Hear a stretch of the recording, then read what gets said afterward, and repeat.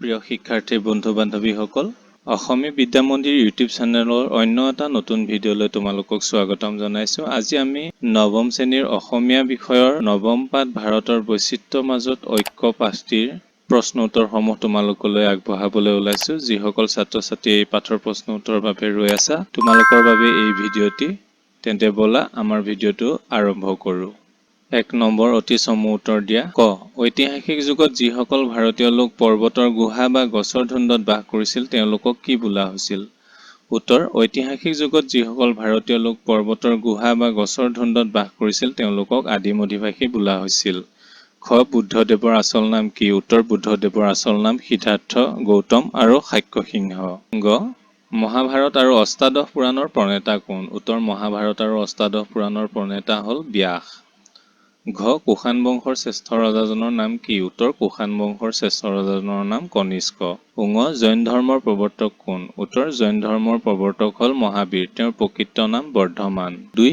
কি বিষয়ত ভাৰতৰ বিচিত্ৰতা লক্ষ্য কৰিব পাৰি পাঠৰ সহায়ত লিখা? উত্তৰ: ভৌগোলিক অৱস্থান আৰু বিভিন্ন সময়ত ভাৰতলৈ অহা বিভিন্ন মানৱ জাতিৰ ধৰ্ম, ভাষা, আচাৰ ব্যৱহাৰ, কলা সংস্কৃতি আদি বিষয়ত ভাৰতৰ বিচিত্ৰতা লক্ষ্য কৰিব পাৰি। ৩. ভাৰতৰ ভৌগোলিক অৱস্থান কি কাৰণে বৈচিত্ৰ্যৰ বুলি কোৱা হৈছে? উত্তৰ: ভাৰতবৰ্ষৰ ভৌগোলিক অৱস্থান বৈচিত্ৰ্যপূৰ্ণ বুলি কোৱা হৈছে কাৰণ ইয়াৰ এফালে সুউচ্চ পৰ্বতমালা, আনফালে গভীৰ সাগৰ মহাসাগৰ, এফালে গ্ৰীষ্মৰ তীব্ৰতা, আনফালে শীতৰ কঠোৰতা, এফালে মৌচুমীৰ তাণ্ডৱ নৃত্য, আনফালে শুকান মৰুভূমি। কোনো এটা অঞ্চলৰ লগত আন এটা অঞ্চলৰ ভৌগোলিক অৱস্থানৰ সাদৃশ্য নাই। প্ৰশ্ন ৪. আৰ্যসকল ভাৰতলৈ অহাৰ পিছত পৃথিৱীৰ বিভিন্ন ঠাইৰ পৰা ইয়ালৈ অহা মানুহৰ সোঁতৰ বিষয়ে চমুকৈ বৰ্ণনা কৰা। উত্তৰ: আৰ্যসকল ভাৰতলৈ অহাৰ পিছত পৃথিৱীৰ বিভিন্ন ঠাইৰ পৰা ইয়ালৈ অহা মানুহৰ সোঁত বৈ আহিছে।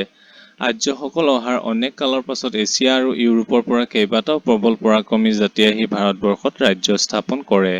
সেইসকলৰ ভিতৰত শক, কুষাণ, পাঠান, মোগল, পৰ্তুগীজ, ইংৰাজ, ফৰাচী আদিয়ে প্ৰধান। এই বিজেতাসকলৰ ভিতৰত সৰহভাগেই ভাৰতবৰ্ষকে আপোন কৰি লৈ ভাৰতীয়ৰ লগতে নিজকে মিলাই দিছিল। ৫. ভাৰতৰ বিভিন্ন অঞ্চলৰ মানুহৰ মাজত থকা খাদ্য প্ৰকৰণৰ বিষয়ে লিখা। উত্তৰ: ভাৰতৰ বিভিন্ন অঞ্চলৰ মানুহৰ মাজত খাদ্য প্ৰকৰণৰ ক্ষেত্ৰত বিচিত্ৰতা লক্ষ্য কৰা যায়। পূব আৰু দক্ষিণ ভাৰতৰ মানুহৰ প্ৰধান খাদ্য ভাত, কিন্তু উত্তৰ, মধ্য আৰু পশ্চিম ভাৰতীয় লোকৰ প্ৰধান আহাৰ ৰুটি। উত্তৰ, দক্ষিণ আৰু পশ্চিম ভাৰতৰ উচ্চ হিন্দুৰ মাজত মাছ-মাংস নচলে, কিন্তু পূব ভাৰতৰ সকলো লোকেই মাছ-মাংস খায়। প্ৰশ্ন ৬. ভাৰতৰ বিভিন্ন ঠাইৰ মানুহৰ সাজপাৰৰ বিষয়ে পাঠত উল্লেখ থকাৰ দৰে চমুকৈ বৰ্ণনা কৰা। উত্তৰ: ভাৰতৰ বিভিন্ন ঠাইৰ মানুহৰ সাজপাৰৰ বিষয়ে তলত উল্লেখ কৰা হ'ল। পূব ভাৰতৰ মতা মানুহে পোন্ধ মাৰি চুৰিয়া পিন্ধে, কিন্তু দক্ষিণ ভাৰতৰ লোকে পোন্ধ নামাৰি লুঙিৰ দৰে চুৰিয়া পিন্ধে। উত্তৰ ভাৰতত পায়জামাৰ আদৰ বেছি, অৱশ্যে বৰ্তমান শিক্ষিত সমাজত লংপেণ্টৰ প্ৰচলনেই অধিক। ভাৰতীয় তিৰোতাৰ প্ৰধান সাজ শাৰী যদিও অসমীয়া তিৰোতাই চাদৰ মেখেলা আৰু উত্তৰ ভাৰতৰ তিৰোতাসকলে সাধাৰণতে চুৰিদাৰ পায়জামা পৰিধান কৰে। প্ৰশ্ন ৭. আৰ্যসকলৰ পাছত ভাৰতবৰ্ষত অহা দুটা বিদেশী জাতিৰ পৰিচয় দিয়া। উত্তৰ: আৰ্যসকলৰ পাছত ভাৰতবৰ্ষলৈ অহা দুটা বিদেশী জাতিৰ পৰিচয় তলত দিয়া হ'ল। ক. ইংৰাজ। আৰ্যসকলৰ পিছত ভাৰতলৈ অহা বিদেশী জাতিৰ ভিতৰত ইংৰাজসকল অন্যতম। প্ৰথমতে তেওঁলোকে ব্যৱসায় বাণিজ্যৰ উদ্দেশ্যে ভাৰতলৈ আহিছিল যদিও পিছলৈ তেওঁলোকে ভাৰতৰ শাসনভাৰো কাঢ়ি লৈছিল। ইংৰাজৰ ভাৰতলৈ আগমনৰ ফলস্বৰূপে আমাৰ দেশলৈ পশ্চিমীয়া সভ্যতা সংস্কৃতিৰ আগমন ঘটিছিল। খ. মোগল। আৰ্যসকলে ভাৰতত বসতি বিস্তাৰ কৰাৰ পিছত ভাৰতলৈ অহা বিদেশী জাতিবোৰৰ ভিতৰত মোগলসকলো অন্যতম। ১২০৬ চনৰ পৰা ১৮৫৭ চনৰ চিপাহী বিদ্ৰোহলৈকে ভাৰতত মোগলসকলে ৰাজত্ব কৰিছিল। ভাৰতৰ খাদ্য সম্ভাৰ, স্থাপত্য, ভাস্কৰ্যতো এওঁলোকৰ প্ৰভাৱ পৰিছিল। ভাৰতৰ বিভিন্ন আঞ্চলিক ভাষাৰ শব্দমালাৰ মুছলমানসকলৰ বিভিন্ন শব্দ অন্তৰ্ভুক্ত আছে। ৮. যিবোৰে বিভিন্ন দিশত ভাৰতৰ বৈচিত্ৰ্য আনিছে সেইবোৰে আকৌ স্থান বিশেষে ঐক্যৰ সেতু নিৰ্মাণ কৰি দিছে। এই কথাষাৰৰ মাজেদি কি বুজাবলৈ চেষ্টা কৰা হৈছে চমুকৈ লিখা। উত্তৰ: ভাৰতবৰ্ষ এখন অতি পুৰণি সুসভ্য ঐতিহ্যপূৰ্ণ দেশ। যিবোৰ বিভিন্ন দিশত ভাৰতৰ বৈচিত্ৰ্য আনিছে সেইবোৰে আকৌ স্থান বিশেষে ঐক্যৰ সেতু নিৰ্মাণ কৰি দিছে, যেন ই বহু ৰঙীন সূতাৰে গুঠা এখনি ফুলাম দলিচাহে। উদাহৰণস্বৰূপে অসমত থকা বিহু, মুছলমান, শিখ, খ্ৰীষ্টান আদি লোকসকলে ধৰ্মীয় দিশত বিভিন্ন আদৰ্শ পূৰণ কৰে, কিন্তু তেওঁলোকৰ মাতৃভাষা অসমীয়াই তেওঁলোকক এক অসমীয়া জাতিৰূপে বান্ধি ৰাখিছে।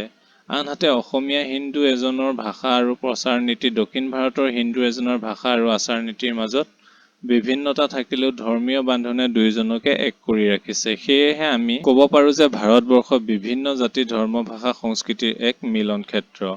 প্ৰশ্ন 9, ঐক্য স্থাপনৰ ক্ষেত্ৰত সুকুমাৰ কলা আৰু সংস্কৃতিৰ বৰঙণি ওলাই কৰিব নোৱাৰি। এই কথাষাৰৰ যুক্তিযুক্ততা চমুকৈ বিশ্লেষণ কৰা। উত্তৰ, ঐক্য স্থাপনৰ ক্ষেত্ৰত সুকুমাৰ কলা আৰু সংস্কৃতিৰ বৰঙণি ওলাই কৰিব নোৱাৰি। সংগীত, চিত্ৰকলা, ভাস্কৰ্য আদিয়ে প্ৰাচীন কালৰে পৰা ভাৰতবাসীক ঐক্যতাৰ এনাজৰীৰে বান্ধি ৰাখিছে। ভাৰতবৰ্ষত অনুষ্ঠিত কিছুমান উৎসৱ পাৰ্বণেও ভাৰতবাসীক ঐক্যভাৱে ৰখাত সহায় কৰিছে। 15 আগষ্ট গণতন্ত্ৰ দিৱস, হিন্দুৰ জন্মাষ্টমী, শিৱৰাত্ৰি, হোলী, দেৱালী আদি আৰু অন্য ধৰ্মৰ ধৰ্মীয় উৎসৱসমূহৰ কথা এই প্ৰসংগত উল্লেখ কৰিব পাৰি। প্ৰশ্ন 10, ভাৰতীয় সংস্কৃতি এক সমন্বয়ৰ বস্তু, তাৎপৰ্য ব্যাখ্যা কৰা। ছাত্ৰ-ছাত্ৰীসকল, এইটো একদম ইম্পৰ্টেণ্ট প্ৰশ্ন, তোমালোকে মনত ৰাখিবা। উত্তৰ, বৈচিত্ৰতাৰে পৰিপূৰ্ণ ভাৰতবৰ্ষক যিটো উপাদানে আটাইতকৈ সমৃদ্ধ কৰি তুলিছে সিয়ে হৈছে ভাৰতীয় সংস্কৃতি। যুগে যুগে স্বকীয় সংস্কৃতি লৈ বিভিন্ন জাতি উপজাতি ভাৰতলৈ আহিছিল, কিন্তু কোনোৱে কেৱল নিজৰ তোকে ধৰি ৰাখিব পৰা নাই। ভাষা, ধৰ্ম বা অঞ্চল বিশেষৰ পাৰ্থক্য থকা সত্ত্বেও ভাৰতীয় লোকৰ মাজৰ এটি সামূহিক মিল আছে, সেয়া হ'ল সংস্কৃতিৰ মিল। এই মিলৰ কাৰণে এজন ভাৰতীয় মুছলমান বা খ্ৰীষ্টান মক্কাত বা জেৰুচালেমত থাকিলেও তেওঁৰ প্ৰথম পৰিচয় হ'ব ভাৰতীয়ই, কাৰণ তেওঁৰ গাত ভাৰতীয় সংস্কৃতিৰ ছাপ বিদ্যমান। পূৰ্বৰে পৰা ভাৰতবৰ্ষত চলি থকা বিৰাট সাংস্কৃতিক প্ৰবাহত তেওঁলোকৰ সংস্কৃতি মিলি গৈ সমন্বয় সাধন হৈছে। সেয়ে ভাৰতীয় সংস্কৃতি এক সমন্বয়ৰ বস্তু বুলি কোৱা হৈছে। 11 নম্বৰ চমু উত্তৰত লিখা।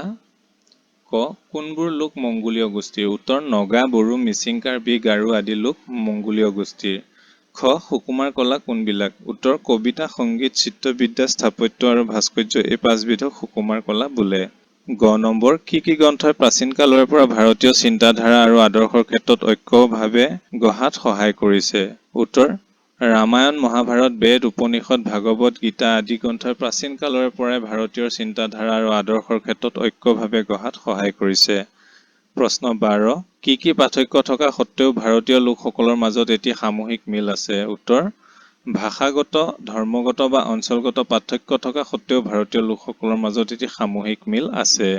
প্ৰশ্ন 13, উত্তৰ ভাৰতৰ তিৰোতাসকলে কেনে ধৰণৰ পোছাক পৰিধান কৰে তাৰ এটি বৰ্ণনা দিয়া। উত্তৰ, উত্তৰ ভাৰতৰ তিৰোতাসকলে চুৰিদাৰ, পায়জামা পৰিধান কৰে। প্ৰশ্ন 14, চমুটোকা লিখা। ক, সুকুমাৰ কলা। কলা হৈছে মানুহৰ এক জন্মগত প্ৰক্ৰিয়া। কলাই মানুহৰ মনৰ কঠোৰ প্ৰবৃত্তিবোৰ কোমলাব পাৰে। কলা 64 বিধ। ইয়াৰে ভিতৰত কবিতা, সংগীত, চিত্ৰবিদ্যা, স্থাপত্য আৰু ভাস্কৰ্য এই পাঁচবিধক সুকুমাৰ কলা বোলে। খ, সংগীত। সংগীত হৈছে সুকুমাৰ কলাৰ এক অন্যতম বিভাগ। গীত, বাদ্য আৰু নৃত্যৰ সমলয়কে সংগীত বোলে। এই কলাই সকলোকে আকৰ্ষিত কৰে। সংগীতৰ স্বৰ 7টা, ক্ৰমে সা, ৰে, গা, মা, পা, ধা, নি। গ, ব্যাস। ব্যাস হ'ল প্ৰাচীন কালৰ এজন মুনি। তেওঁ মহামুনি পৰাশৰৰ পুত্ৰ আছিল। তেওঁৰ প্ৰকৃত নাম আছিল কৃষ্ণদ্বৈপায়ন। তেখেত মহাভাৰত আৰু অষ্টাদশ পুৰাণ প্ৰণেতা হিচাপে জগত বিখ্যাত। বেদ ব্যাস কৰি তেখেত বেদব্যাস হিচাপে জনমানসত প্ৰখ্যাত হয়। ঘ, মক্কা। মক্কা আৰৱ দেশৰ ৰাজধানী আছিল। ইয়াৰ মাজতে ইছলাম ধৰ্মৰ প্ৰৱৰ্তক হজৰত মহম্মদৰ জন্ম হৈছিল। প্ৰাচীন এই চহৰখনক ইছলাম ধৰ্মৰ মানুহে পবিত্ৰ তীৰ্থস্থান জ্ঞান কৰে। উঙ, বশিষ্ঠ। বশিষ্ঠ এজন মুনি। এওঁক ব্ৰহ্মাৰ মানস পুত্ৰ বুলি কোৱা হয়। এইজনা মুনি মন্ত্ৰদ্ৰষ্টা আছিল। তপস্যাৰ বলত ক্ষত্ৰিয় কুলৰ পৰা এওঁ ব্ৰাহ্মণত্ব লাভ কৰে। পিছলৈ এওঁ ৰাজৰ্ষি হৈছিল। 15, ভাৰতবৰ্ষ এখন অতি সুসভ্য ঐতিহ্যপূৰ্ণ দেশ। কথাষাৰ বহলাই লিখা। উত্তৰ, গোটেই পৃথিৱী যেতিয়া অজ্ঞান আন্ধাৰত ডুব গৈ আছিল, তেতিয়া ভাৰতবৰ্ষ এখন ঐতিহ্যপূৰ্ণ সভ্য দেশ আছিল। তেতিয়াই ভাৰতবৰ্ষই দৰ্শন, বিজ্ঞান, সাহিত্য, সুকুমাৰ কলা আদি বিষয়ত উন্নতিৰ উচ্চ শিখৰত উপনীত হৈছিল। অতীতৰে পৰা ভাৰতবৰ্ষৰ ঋষি-মুনি দেশ, তপস্বী সাধকৰ দেশ। এই দেশতে ব্যাস, বাল্মীকি, বশিষ্ঠ, বিশ্বামিত্ৰ আদি ত্ৰিকালজ্ঞ ঋষিসকলৰ জন্ম হৈছিল। এই দেশতে বুদ্ধ, মহাবীৰ, কবীৰ, নানক, ৰামানন্দ, ৰামানুজ, চৈতন্যদেৱ, শংকৰদেৱ আৰু আন আন মহাপুৰুষসকলে ত্যাগৰ মন্ত্ৰ, উদাৰতাৰ বাণী আৰু আধ্যাত্মিকতাৰ প্ৰচাৰ কৰি গৈছে। পৌৰাণিক গ্ৰন্থসমূহৰ মাজত প্ৰকাশ পোৱা ভাৱ চিন্তাধাৰাৰ ঐক্যই ইয়াৰ বাসিন্দাসকলৰ মাজতো মিলনৰ সেতু গঢ়ি দিছে। ভাষা বিষয়ক সন্ধি ভাঙা। এইকেইটা ধুনীয়াকৈ মই স্ক্ৰল কৰি গৈছো, তোমালোকে চাই চাই লিখি ল'বা। 18 নম্বৰ, প্ৰত্যয় নিৰ্ণয় কৰা। প্ৰত্যয় নিৰ্ণয় কৰাখিনিও তোমালোকে চাই চাই বহীত নোট কৰি ল'বা। 19 নম্বৰ, প্ৰত্যেকৰে এটা বা দুটাকৈ সমাৰ্থক শব্দ লিখা। এইখিনি মই কৈ নিদিওঁ, তোমালোকে নিজে লিখি ল'বা। বিপৰীত শব্দখিনিও নিজে লিখি ল'বা। অতিৰিক্ত প্ৰশ্ন উত্তৰ। অতি চমু প্ৰশ্ন উত্তৰ। প্ৰাগৈতিহাসিক যুগত ভাৰতৰ আদিম অধিবাসীসকলে ক'ত বাস কৰিছিল? উত্তৰ প্ৰাগৈতিহাসিক যুগত ভাৰতৰ আদিম অধিবাসীসকলে পৰ্বতৰ গুহা বা গছৰ ধুন্দত বাস কৰিছিল। প্ৰশ্ন 2, বৰ্তমান ভাৰতৰ কোনবোৰ অঞ্চলত আদিম অধিবাসীসকলৰ বংশধৰসকলে বসবাস কৰা দেখা যায়? উত্তৰ বৰ্তমান মধ্য ভাৰত, বিহাৰ, উৰিষ্যা আদি অঞ্চলত আদিম অধিবাসীসকলৰ বংশধৰসকলে বসবাস কৰা দেখা যায়। প্ৰশ্ন 3, ভাৰতৰ আদিম অধিবাসীসকলৰ বৰ্তমান বংশধৰ কোনসকল? উত্তৰ ভাৰতৰ আদিম অধিবাসীসকলৰ বৰ্তমান বংশধৰ হ'ল কোল, মুণ্ডা, চাওতালসকল। প্ৰশ্ন 4, দ্ৰাবিড়সকলে পোনতে ভাৰতৰ কোন অঞ্চলত বসবাস কৰিছিল? উত্তৰ দ্ৰাবিড়সকলে পোনতে ভাৰতৰ পঞ্জাৱ অঞ্চলত বসবাস কৰিছিল। 5, কাৰ হেঁচাত দ্ৰাবিড়সকল দক্ষিণ ভাৰতলৈ যাবলৈ বাধ্য হৈছিল? উত্তৰ আৰ্যসকলৰ হেঁচাত দ্ৰাবিড়সকল দক্ষিণ ভাৰতলৈ যাবলৈ বাধ্য হৈছিল। 6, দক্ষিণ ভাৰতৰ কোনবোৰ জাতি দ্ৰাবিড়সকলৰ বংশধৰ? উত্তৰ দক্ষিণ ভাৰতৰ তামিল, তেলেগু, কৰ্ণাৰ আদি জাতি দ্ৰাবিড়সকলৰ বংশধৰ। 7, উত্তৰ-পূব চুকেদি সোমাই ভাৰতলৈ স্থায়ীভাৱে বসতি কৰিবলৈ লোৱা মানৱ গোষ্ঠী দুটা কি কি আছিল? উত্তৰ উত্তৰ-পূব চুকেদি সোমাই ভাৰতত স্থায়ীভাৱে বসতি কৰিবলৈ লোৱা মানৱ গোষ্ঠী দুটা আছিল অষ্ট্ৰিক আৰু মংগোলীয় গোষ্ঠী। 8, কোনবোৰ লোক মংগোলীয় গোষ্ঠীৰ? উত্তৰ নগা, বড়ো, মিচিং, কাৰ্বি, গাৰো আদি লোকসকল মংগোলীয় গোষ্ঠীৰ। 9, আৰ্যসকলে কিমান বছৰ আগতে ভাৰতলৈ আহিছিল? উত্তৰ প্ৰায় 4000 বছৰ আগতে আৰ্যসকল ভাৰতলৈ আহিছিল। 10, আৰ্যসকলে কোনফালেদি ভাৰতত সোমাইছিল? উত্তৰ আৰ্যসকলে উত্তৰ-পশ্চিম ফালেদি ভাৰতত সোমাইছিল। 11, আৰ্যসকলে কোন অঞ্চলত স্থায়ীভাৱে বসতি কৰিবলৈ লয়? উত্তৰ আৰ্যসকলে পঞ্জাৱ আৰু পাছত গোটেই উত্তৰ-পূব ভাৰতত স্থায়ীভাৱে বসতি কৰিবলৈ লয়। 12, আৰ্যসকলৰ পৰা কি কি বৰ্ণৰ সৃষ্টি হৈছিল? উত্তৰ আৰ্যসকলৰ পৰা ব্ৰাহ্মণ, ক্ষত্ৰিয়, বৈশ্য, শূদ্ৰ আদি বৰ্ণৰ সৃষ্টি হৈছিল। প্ৰশ্ন 13, আৰ্যসকলৰ পিছত এছিয়া আৰু ইউৰোপৰ পৰা ভাৰতলৈ অহা প্ৰবল পৰাক্ৰমী জাতিসমূহ কি কি আছিল? উত্তৰ আৰ্যসকলৰ পিছত এছিয়া আৰু ইউৰোপৰ পৰা ভাৰতলৈ অহা প্ৰবল পৰাক্ৰমী জাতিসমূহ আছিল শক, কুশান, পাঠান, মোগল, পৰ্তুগীজ, ইংৰাজ, ফৰাচী আদি। 14, পূব আৰু দক্ষিণ ভাৰতৰ মানুহৰ প্ৰধান খাদ্য কি? উত্তৰ পূব আৰু দক্ষিণ ভাৰতৰ মানুহৰ প্ৰধান খাদ্য হ'ল ভাত। 15, উত্তৰ, মধ্য আৰু পশ্চিম ভাৰতীয় লোকসকলৰ প্ৰধান আহাৰ কি? উত্তৰ উত্তৰ, মধ্য আৰু পশ্চিম ভাৰতীয় লোকসকলৰ প্ৰধান আহাৰ হ'ল ৰুটি। 16, ভাৰতীয় মহিলাৰ প্ৰধান সাজ কি? উত্তৰ ভাৰতীয় মহিলাৰ প্ৰধান সাজ হ'ল শাৰী। 17, পূব ভাৰতৰ মতা মানুহবোৰে কেনেদৰে চুৰিয়া পৰিধান কৰে? উত্তৰ পূব ভাৰতৰ মতা মানুহবোৰে পোন্ধ মাৰি চুৰিয়া পৰিধান কৰে। 18, উত্তৰ ভাৰতৰ তিৰোতাসকলে সাধাৰণতে কি সাজ পৰিধান কৰে? উত্তৰ উত্তৰ ভাৰতৰ তিৰোতাসকলে সাধাৰণতে চুৰিদাৰ, পায়জামা পৰিধান কৰে। 19, কিহে ভাৰতীয় মানুহৰ আচাৰ অনুষ্ঠান আদিত বৈচিত্ৰ্যৰ সৃষ্টি কৰিছে? উত্তৰ ধৰ্মৰ বিচিত্ৰতাই ভাৰতীয় মানুহৰ আচাৰ অনুষ্ঠান আদিত বৈচিত্ৰ্যৰ সৃষ্টি কৰিছে। 20, পৃথিৱীৰ দ্বিতীয় জনাকীৰ্ণ দেশ কি? উত্তৰ পৃথিৱীৰ দ্বিতীয় জনাকীৰ্ণ দেশখন হ'ল ভাৰতবৰ্ষ। 21, ভাৰতত কিমানটা প্ৰধান আঞ্চলিক ভাষা আছে? উত্তৰ ভাৰতত 15টা প্ৰধান আঞ্চলিক ভাষা আছে। 22, ভাৰতবৰ্ষৰ দুটা অঞ্চলৰ লোক ভাৰতবৰ্ষৰ পৰা ফাদিকৈ স্বাধীন ৰাষ্ট্ৰ হিচাপে থাকিল। ইয়াত কোন দুখন স্বাধীন ৰাষ্ট্ৰৰ কথা কোৱা হৈছে? উত্তৰ ইয়াত পাকিস্তান আৰু বাংলাদেশৰ কথা কোৱা হৈছে। 23, ভাৰতবৰ্ষত কোন কোন টিকালজ্ঞ ঋষিৰ জন্ম হৈছিল? উত্তৰ ভাৰতবৰ্ষত ব্যাস, বাল্মীকি, বশিষ্ঠ, বিশ্বামিত্ৰ আদি টিকালজ্ঞ ঋষিৰ জন্ম হৈছিল। 24, চৈতন্যদেৱ কোন আছিল? উত্তৰ চৈতন্যদেৱ বৈষ্ণৱ ধৰ্মৰ এগৰাকী প্ৰচাৰক আছিল। 25, শিখ ধৰ্মৰ প্ৰৱৰ্তক কোন? উত্তৰ শিখ ধৰ্মৰ প্ৰৱৰ্তক হ'ল গুৰু নানক। 26, কবিৰ কাৰ শিষ্য আছিল? উত্তৰ কবিৰ ৰামানন্দৰ শিষ্য আছিল। 27, ৰামায়ণ কোনে ৰচনা কৰিছিল? আদিকবি বাল্মীকিয়ে ৰামায়ণ ৰচনা কৰিছিল। 28, জৈন ধৰ্মৰ প্ৰৱৰ্তক মহাবীৰৰ প্ৰকৃত নাম কি আছিল? উত্তৰ মহাবীৰৰ প্ৰকৃত নাম আছিল বৰ্ধমান। 29, সনাতন ধৰ্মৰ প্ৰধান গ্ৰন্থ কি? উত্তৰ সনাতন ধৰ্মৰ প্ৰধান গ্ৰন্থ হৈছে বেদ। 30, বেদৰ ঘাইভাগ কি? উত্তৰ বেদৰ ঘাইভাগ হ'ল উপনিষদ। 31, সুকুমাৰ কলা বুলিলে কি বুজা? উত্তৰ কবিতা, সংগীত, চিত্ৰবিদ্যা, স্থাপত্য আৰু ভাস্কৰ্য এই 5 বিধকে সুকুমাৰ কলা বুলি কোৱা হয়। 32, ইছলাম ধৰ্মৰ প্ৰৱৰ্তক হজৰত মহম্মদৰ জন্মস্থান কি? উত্তৰ ইছলাম ধৰ্মৰ প্ৰৱৰ্তক হজৰত মহম্মদৰ জন্মস্থান হ'ল মক্কা। 33, বেদান্ত বা অদ্বৈতবাদ দৰ্শনৰ প্ৰচাৰক কোন আছিল? উত্তৰ বেদান্ত বা অদ্বৈতবাদৰ প্ৰচাৰক আছিল শংকৰাচাৰ্য। 34, প্ৰাক বৈষ্ণৱ যুগৰ কোনজন কবিয়ে সংস্কৃতৰ পৰা ৰামায়ণ অসমীয়ালৈ অনুবাদ কৰিছিল? উত্তৰ মাধৱ কন্দলীয়ে সংস্কৃতৰ পৰা ৰামায়ণ অসমীয়ালৈ অনুবাদ কৰিছিল। 35, কোন ব্ৰহ্মাৰ মানসপুত্ৰ তথা সূৰ্যবংশীয় ৰজাসকলৰ কুল পুৰোহিত আছিল? উত্তৰ বশিষ্ঠ মুনি ব্ৰহ্মাৰ মানসপুত্ৰ তথা সূৰ্যবংশীয় ৰজাসকলৰ কুল পুৰোহিত আছিল। 36, ভাৰতৰ বৈচিত্ৰ্যৰ মাজত ঐক্য প্ৰবন্ধটোৰ লেখক কোন? উত্তৰ হেমন্ত কুমাৰ শৰ্মা। 37, ডক্টৰ হেমন্ত কুমাৰ শৰ্মাৰ দুখন উল্লেখযোগ্য সাহিত্য সংকলনৰ নাম লিখা। উত্তৰ ডক্টৰ হেমন্ত কুমাৰ শৰ্মাৰ দুখন উল্লেখযোগ্য সাহিত্য সংকলন হ'ল অসমীয়া লোকগীত সঞ্চয়ন আৰু কামৰূপী লোকগীত সংগ্ৰহ। 38 গীতাত শ্ৰীকৃষ্ণই অৰ্জুনক কি কি বিষয়ৰ হিতোপদেশ দিছে? উত্তৰ গীতাত শ্ৰীকৃষ্ণই অৰ্জুনক কৰ্ম, যোগ, জ্ঞান, ভক্তি আদিৰ বিষয়ে হিতোপদেশ দিছে। 39 বুদ্ধদেৱক কাৰ অৱতাৰ বুলি ধৰা হয়? উত্তৰ বুদ্ধদেৱক বিষ্ণুৰ নৱম অৱতাৰ বুলি ধৰা হয়। 40 বুদ্ধ শব্দৰ অৰ্থ কি? উত্তৰ বুদ্ধ শব্দৰ অৰ্থ হ'ল জ্ঞানী। 41 বুদ্ধদেৱে কিহৰ তলত পৰম জ্ঞান লাভ কৰিছিল? উত্তৰ বুদ্ধদেৱে বুদ্ধগয়াৰ বুদ্ধি বৃক্ষৰ তলত পৰম জ্ঞান লাভ কৰিছিল। চমু প্ৰশ্ন উত্তৰ।